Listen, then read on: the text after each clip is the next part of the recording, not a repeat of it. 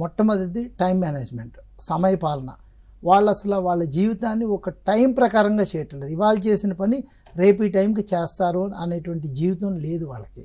సమయపాలన ఎప్పుడైతే లేదో దాన్నే మనం డిసిప్లిన్ అంటాం. మీరు 8ంటికి లేవాలంటే 8ంటికి లేవండి, 11ంటికి లేవాలంటే 11ంటికి, కానీ రోజు 11ంటికి లేవండి.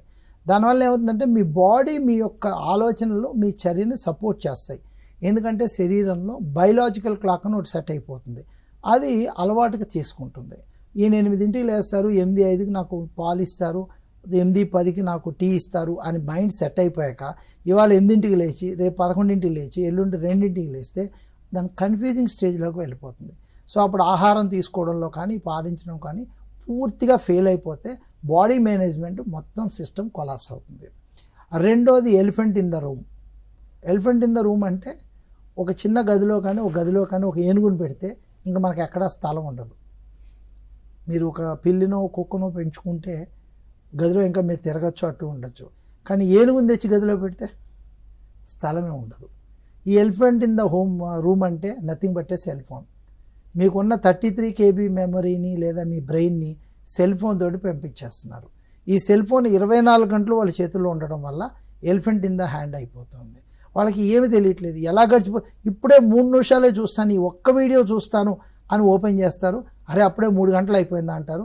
దానివల్ల వాళ్ళు చేయాల్సిన 6 పనులు మిస్ అయిపోతాయి.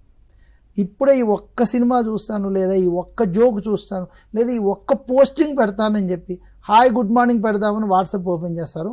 టకటక ఒక 7 మెసేజ్లు వస్తాయి, వాటికి రిప్లైలు ఇచ్చి మళ్ళీ ఇంకో 6 ఇచ్చేసరికి 1.5 గంట అయిపోతుంది.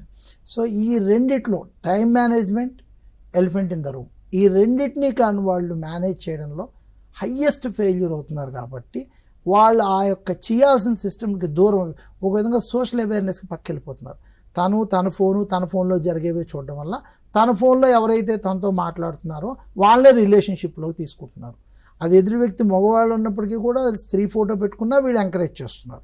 సేమ్ గర్ల్ బాయ్ ఫోటో పెట్టుకుని కూడా కంటిన్యూ చేస్తున్నారు. ఒక పాయింట్ వచ్చేదాకా ఈ రెండు బయటపడలేదు, బయటపడ్డ తర్వాతే వాళ్ళు ఒత్తిడిలోకి వస్తున్నారు. సో రిలేషన్షిప్ అనేది కొన్ని స్టేజెస్ నుంచి వెళ్తూ ఉంటుంది. ఆ స్టేజెస్ కానీ పార్ చేయగలిగినప్పుడు మాత్రమే అది లైఫ్ రిలేషన్షిప్గా మారుతుంది.